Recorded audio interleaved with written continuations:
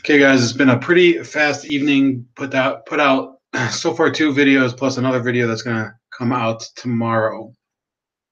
And I think that for this video, I do want to try to wrap it up in a reasonable amount of time, but I also don't want to rush too much because I've been like observing a lot of stuff in the past few days, and there's been a lot of stuff I've missed that I haven't been able to comment on yet because, first of all, yesterday I was putting out my new video, the first part on the Year of the Rat.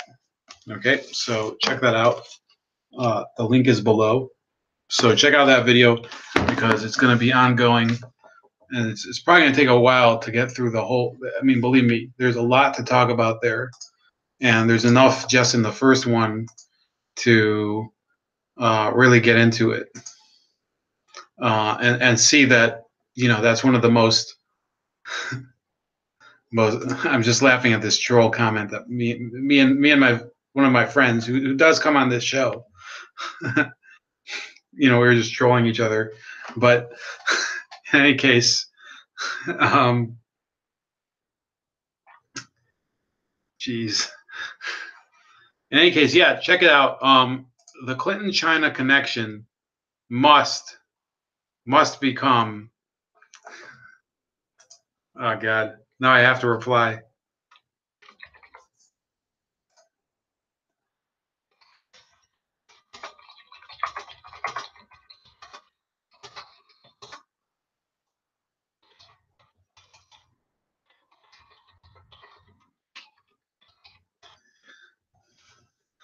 Anyway, oh man, I don't know why I started trolling right before I got onto this stream, but it doesn't really matter because I'm trying to warm up real fast. So as people come in, just so you know, we're going to discuss a couple things today.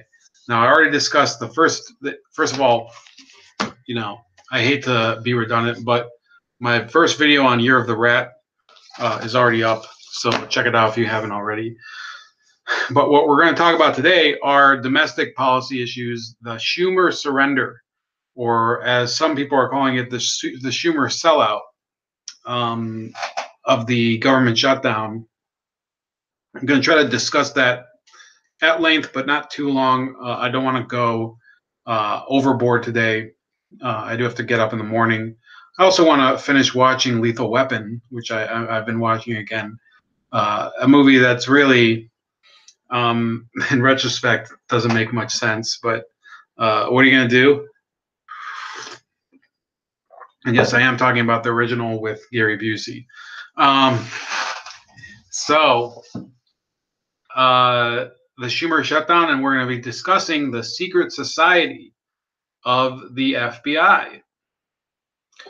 And together with that, we're going to be discussing the whole release the memo thing. Now, I think things have reached the point where, they can't not release the memo, which, if I'm not mistaken, the memo in question is the one that led to the FISA warrant that was used to surveil Donald Trump and his campaign.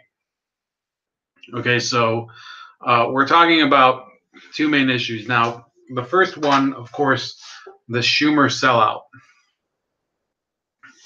Geez, I'm going to have to mute this page because this guy is really...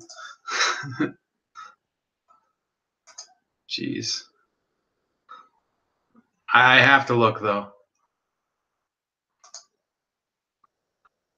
Okay, we're closing it. Can't be too distracted. So, why are they calling it the Schumer sellout? Well, it's very obvious that when he went into these negotiations with the Trump administration and the Republicans in Congress, Chuck Schumer had the aim of getting as many illegal immigrant children legally granted citizenship as possible. And he was trying to get Donald Trump to yield and to grant an amnesty and to give, basically, it's like any negotiation. People want something and they want to give up as little as possible. It's a very simple proposition. Now, in Schumer's perception and the perception of many Democrats, they have the wind at their backs, and it's a misleading perception. They believe because the common logic prevails that yes, we're a nation of immigrants. Yes, we should let in as many people as possible. They're, damn it, now it's coming through on my phone. Okay, fuck. Geez, so rude of me. You guys are gonna have to forgive me, I guess. Let me mute this page. Let me see if there's anybody coming through. No, not so far. In any case, look, yeah, he was trying to get as many illegal immigrants to be approved as possible under DACA, and to have DACA formally approved. Now, Donald Trump, what was his goal? To get the wall funded. And they both had these bargaining chips with Schumer. He wanted to say, well, no DACA, no wall. And Donald Trump would say, well, no DACA, no chip. And they were both using it as a bargaining chip. You know, pardon the expression.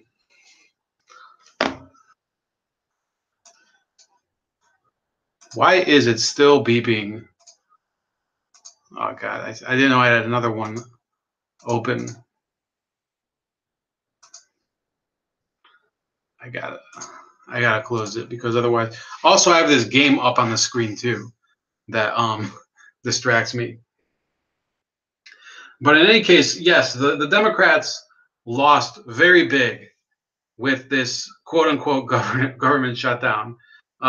What I am going to use as a metaphor for this is somebody going on the high dive and trying to do a backflip and realizing in the middle that this wasn't a good idea, and trying to grab back onto the diving board and missing and falling into the, falling cattywampus into the water.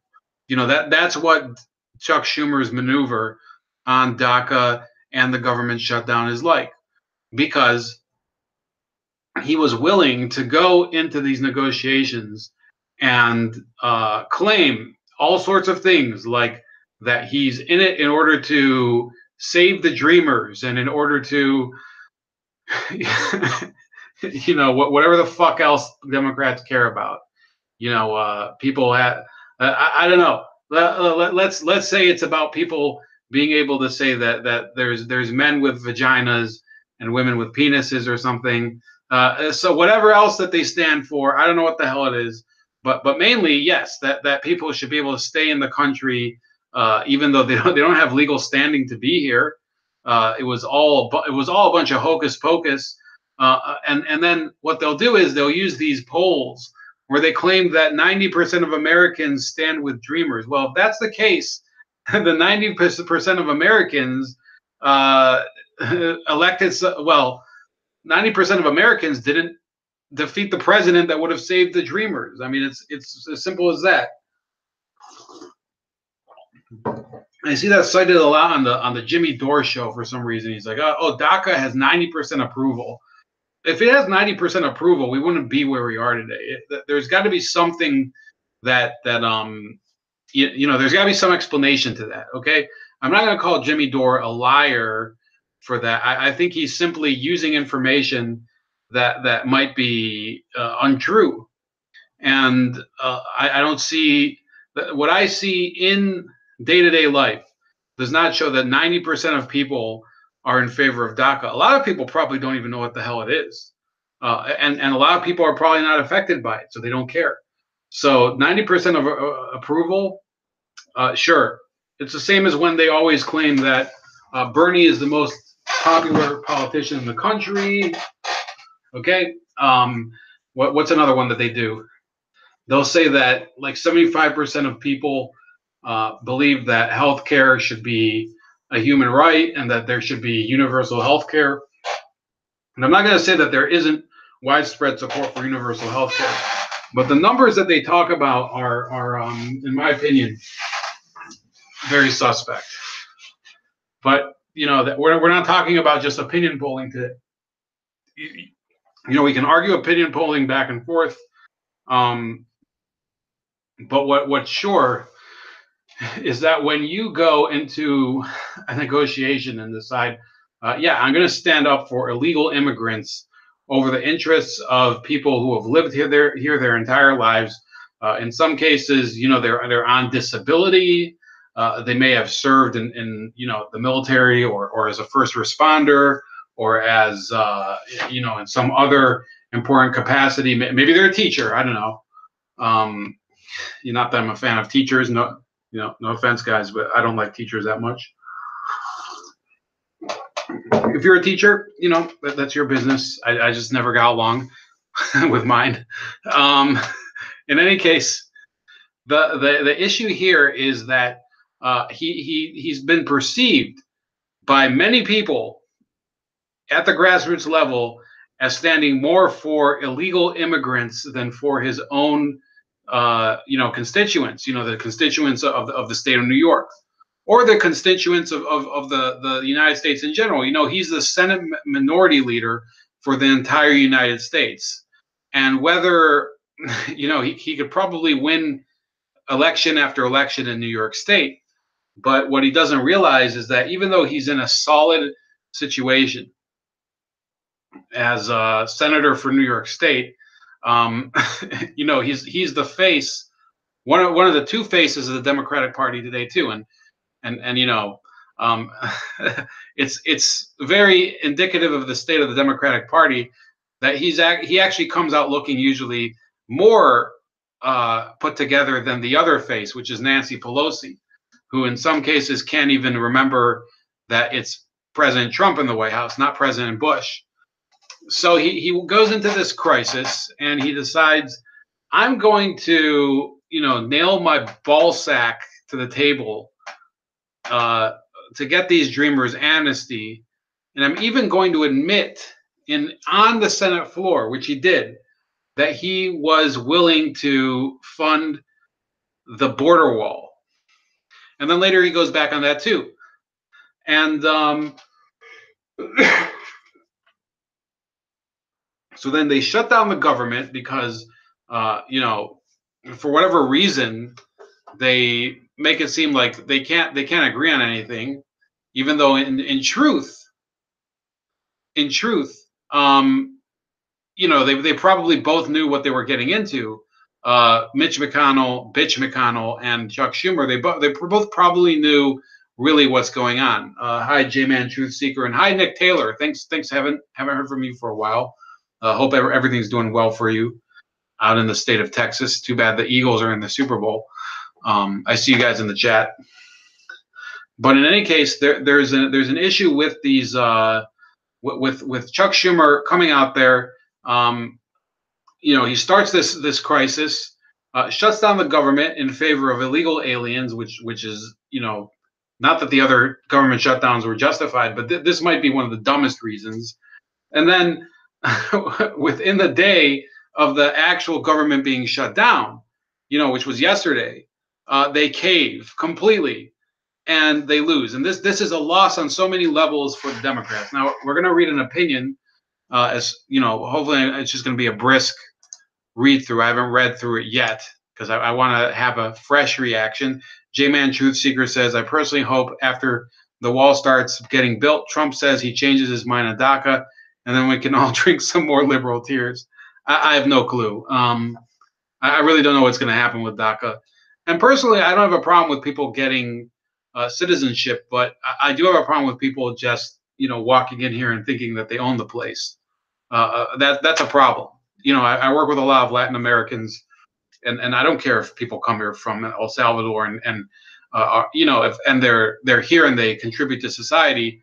But no, this can't continue the way it has. And a lot of these people should be deported, but not all of them. And I think that there should be a process and an arbitration, and some people could get in and some people can't. It can't be a blanket, a blanket treatment for everybody. Just like people have different sicknesses, they need different treatments. Some people have different problems with their citizenship, and some people should get citizenship and some people shouldn't. Nick Taylor says, "I want my wall and I want it now." I'm Mr. Vane. You remember that song from the '90s? I know what I want and I want it now. He says, guarded with armed men and roving guard. Well, maybe we can both go work there, man. We work there. We get some shotguns and some, Nick Taylor says yes, thanks. I'm glad to have you here. I wish we have to do another stream sometime with Dade. I remember we did one of I think over a year ago. That was plenty of fun about Detroit. Let's see. So let's talk about how the Democrats, they have this paper or a website called Vox.com, and I think it's edited by Ezra Klein, who's a moron of epic proportions. And he says the Democrats didn't cave on the shutdown. Democrats are funding CHIP for 6 years and reopening the government without losing their shutdown leverage. And he says, here are some thoughts on today's 3-week deal in Congress to reopen the government, take a vote on an unspecified immigration bill, and fund the children's health insurance program for 6 years. He says, one, there's a rocking debate on Twitter over whether Democrats, quote unquote, caved. I'll confess that I'm mystified by this argument. For the moment, this seems like a good deal, but it's impossible to say anything definitive without knowing what happens over the next 3 weeks. Two, consider what we don't know about what comes next. We don't know which immigration bill or bills Senate Majority Leader Mitch McConnell will bring to the Senate floor. We don't know if any immigration compromise passes the Senate. We don't know if an immigration bill that passes the Senate will get a vote in the House. Even if it does get a vote in the House, we don't know if it'll pass. And if it does pass, we don't know if Trump will sign it. Three, we also don't know that what the implicit Democratic position is here. If Democrats get a fair vote in the House and Senate on an immigration deal, and it doesn't pass, will they shut down the government again in 3 weeks? Put differently, is this a deal about a fair process or about a particular outcome? If Democrats don't get a deal and they shut the government back down in 3 weeks, it's hard to see what was lost here. This is where he's wrong, and I'll tell you why once I get through the rest of his crap. Four, Democratic opponents of the deal believe that an extended shutdown increases the likelihood of a dreamer compromise. But does it? That is to say that an extended shutdown will cause Trump so much political or personal pain that he will accept one of the immigration compromises he has thus far rejected. Neither dynamic is obvious to me. Politically, Trump's entire brand is anti-immigration politics, and if there is round-the-clock news coverage of a shutdown over immigration, he'll think it's good for his base. Personally, Trump's goal in life is to be seen as a winner and to double down when attacked or under pressure. And so it's hard to see how a high-stakes battle over a shutdown, which would make a deal on immigration look like a cave to reopen the government by Trump, helps. Beyond that, shutting down the government should be a last resort in the most extreme situations. If that, and historically, shutting down the government usually doesn't end with the party that forced the shutdown getting the policy concessions it wants. It often strengthens the president's party. To the extent there's an open path in which an immigration deal can be negotiated and brought to a vote, with the government still open, that's a good thing. He says one counter argument, McConnell's word hasn't been worth much this year. Just ask Senators Susan Collins and Jeff Flake, fellow Republicans who were promised health and immigration policies in return for their tax votes. In this case, though, if McConnell reneges on the deal, Democrats simply shut down the government in 3 weeks. They haven't lost that leverage. He said, and he says, number 8, and if Democrats do need to shut down the government in 3 weeks, they'll do so with the children health insurance program funded for 6 years rather than seeing it weaponized against them. That's a big deal, both substantively and politically. And 9, there's a broader political dynamic worth considering here too. Republicans pioneered a brand of politics in which creating crises in government operations became proof of sincerity, regardless of whether it led to good outcomes or who got hurt along the way. If you didn't employ every tactic in service of your promises to the base. It wasn't acceptable to say, we don't have the votes, we need to win more elections. At the time, Democrats angrily criticized our approach, arguing that all-out tactical war would be terrible for the country and that some boundaries and norms were worth preserving, that elections were the proper method of resolution. Now, I'm hearing a lot of arguments from Democrats. If they don't shut the government down or keep it shut down, it will be a betrayal of their base. Democrats also feel, understandably, that they can't unilaterally disarm. If Republicans are going to use the basic function of the government as leverage, then Democrats have to do so too. God, he just goes on and on here. Okay, so there's only 12. There's only 2 more, so let's get through them. 12. The logic of that is inarguable, and the consequence is disastrous. If hostage taking becomes normalized in American politics, then there's really no end to the cycle of escalation, and it's going to finish with a global economic crisis because we breached the debt ceiling or worse. And then 13, the central political problem in American life for years now has been that the Republican Party is a dysfunctional institution that has abandoned the principles of decent governance in order to please an ever more extreme base. I don't have an answer for fixing that, but it would be doubly bad if their outrageous behavior drives Democrats to use the same tactics in response. American politics is, hopefully, an infinite game, not a finite game, and that means doing everything possible to steer away from retaliatory loops that clearly lead to the system crumbling. So, after all that bullshit, what's he talking about? Well, Ezra Klein is looking at things very, very, superficially. He's saying, well, we got CHIP funded, the Children Health Insurance Program. So, basically it's a win. What he doesn't realize is that, some of the options that he puts on the table have sort of been taken off. Chuck Schumer shut down the government for like a couple of days, okay, and even if that, it's barely. And then he caved.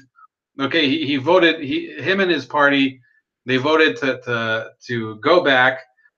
Plenty of progressives were thinking, wait, but I thought, we're resisting and everything. Women's March. Women's March was like a day before this, and there's all these people demonstrating and putting up fucking signs and dressing up as like rubber snatches and whatever, and then or foam rubber pudenda, if Larry Gerke is listening, and he'll know the reference I'm talking about. So, they're all out there and they're all fired up. This government shutdown, finally we're sticking it back to them. And within a day, he caves. He gives in, and they still don't have an amnesty. And what's Ezra Klein's main takeaway from this? Here's what he thinks, okay? This is the biggest takeaway from here. He's saying that it's not so bad because in 3 weeks we can just shut down the government again if we don't get what we want. Idiot. If it looks like you shut down the government for a very temporary time and cause this panic, and we're yelling, well, the government shut down, you're not going to have any roads. That's their rhetoric. If the government shuts down, who's going to deliver the mail? If the government shuts down, who's going to wipe your ass? That was their rhetoric. They're always saying, oh, the government shuts down, everything's going to, nothing changed here. I mean, I didn't have any, I saw zero effect on anything during this government shutdown. And it was a short one, so people could say, well, it didn't go on long enough for you to be affected by it. Well, trust me, I remember the other government shutdowns like 3 years ago, and like I think it was 5 years ago and 3 years ago. Nobody even blinked. It was like nothing.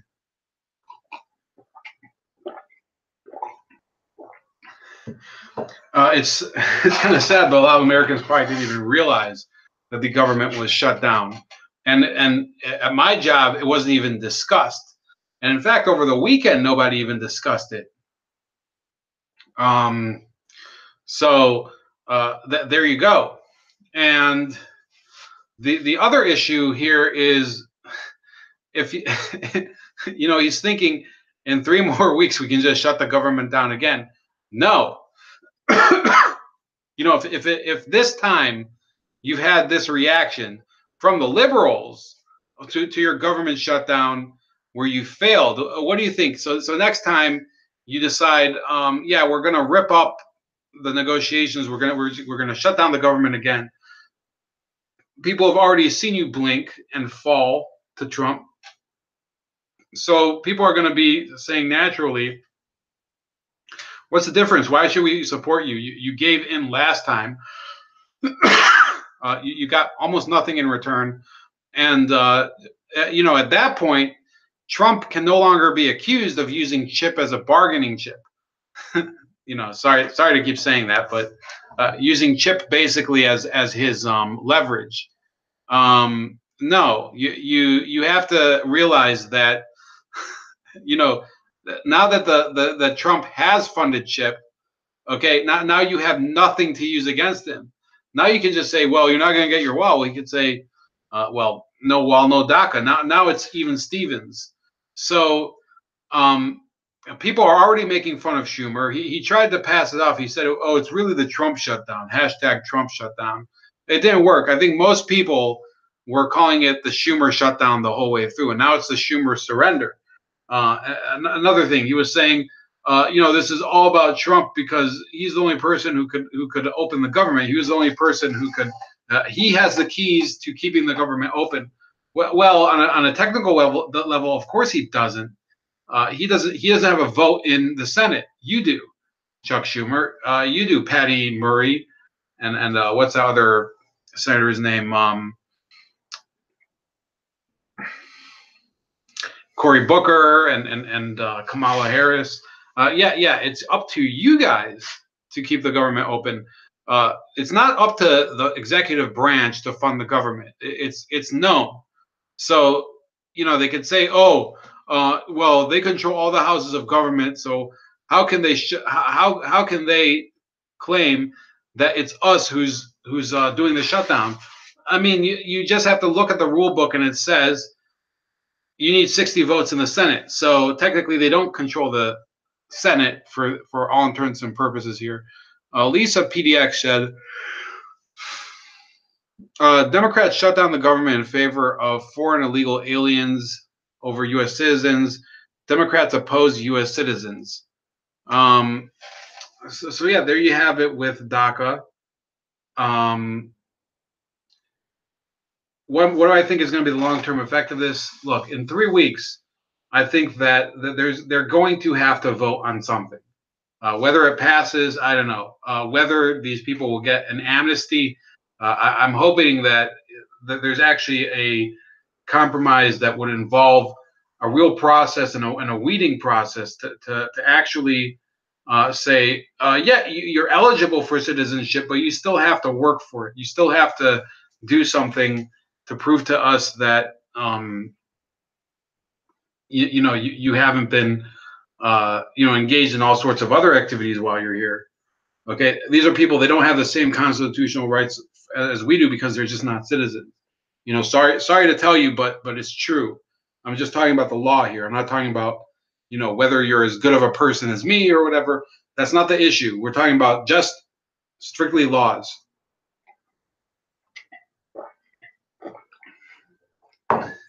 So what's going to shake out of this, I believe, is a colossal defeat.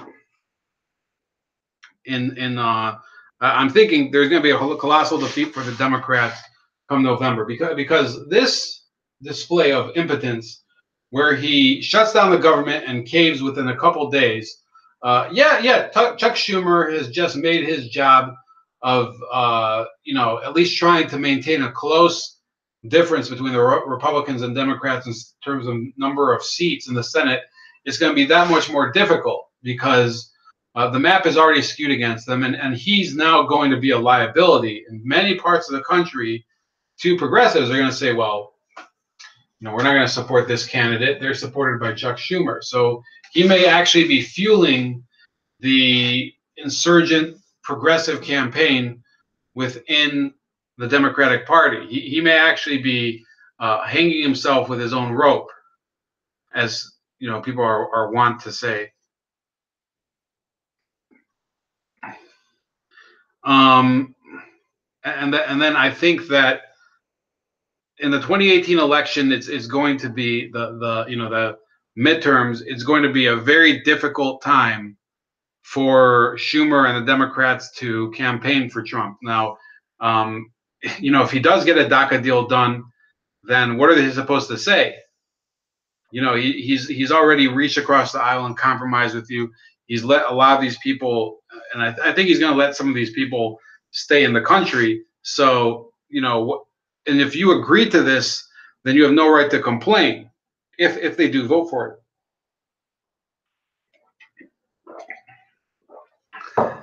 So that's about it for DACA and the Schumer surrender. Now to move on to the FBI issue.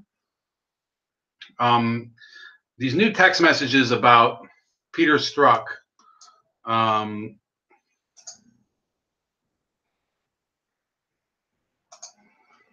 It says, this is the New York Post. It says, disgraced FBI agent referenced anti-Trump secret society in texts.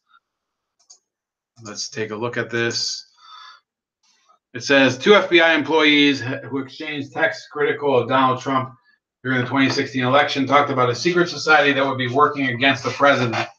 2 Republican lawmakers revealed. FBI agent Peter Strzok, who had been part of the investigation into Hillary Clinton's email server and Russian meddling in the election, exchanged texts with his then mistress, Lisa Page, an FBI lawyer. Among the messages were references to a secret society within the agency and the Department of Justice. Representatives Trey Gowdy, Republican of South Carolina, and John Ratcliffe of Texas said on Fox News a story with Martha McCallum Monday night. Meanwhile, FBI Director Christopher Wray said Tuesday that his chief of staff, who also had worked for ex-director James Comey, is leaving. James Rybicki had helped Comey draft a statement clearing Clinton 2 months before Comey announced the end of the probe in July 2016. So we're seeing more and more of these rats leaving a sinking ship, because they failed in every goal that they've set. They failed to actually find evidence against Trump. They failed to convince the Congress that their evidence does exist, and now they've failed to cover up all of their shenanigans behind the scenes. So, my opinion with this FBI thing is that it's going to just continue to snowball, and erosion isn't even the word. They're imploding the credibility of their own organization, and it's kind of unfortunate, because you do need a law enforcement organization that people on the federal level think is reliable, and the FBI did serve that purpose for a long time. That now people are going to question. They're going to say, what is this? You get your badge, you get all of these legal,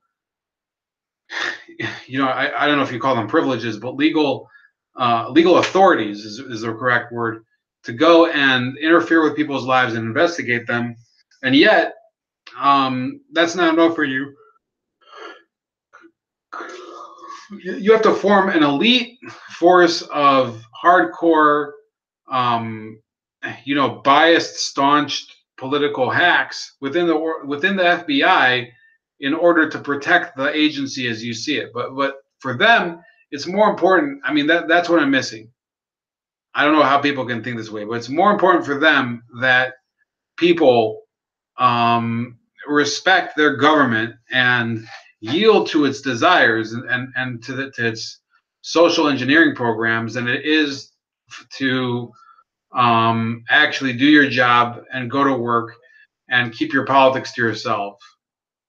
That's pretty much the mentality of the Democratic establishment. So, and through them into this sector of the FBI. And when people start thinking now that there's a shadow government group within the FBI, I don't think that those people are the same people who thought that 4 years ago.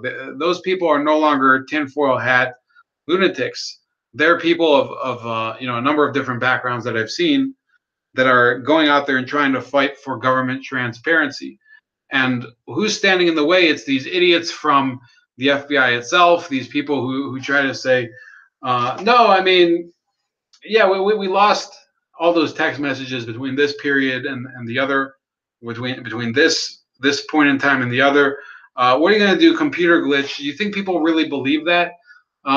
If evidence gets uncovered of more tampering, of more obstruction of evidence, I think you're going to see a couple of these FBI people really suffer for the pain that they've caused to their state. So that's about it. I am getting a bit drowsy if you haven't noticed. So please look at some of the videos and click on some of the links that I put below. And that's all I have to say for tonight. So take it easy, have a happy Wednesday, and chill out, because there's certain things here that I think really get my blood boiling.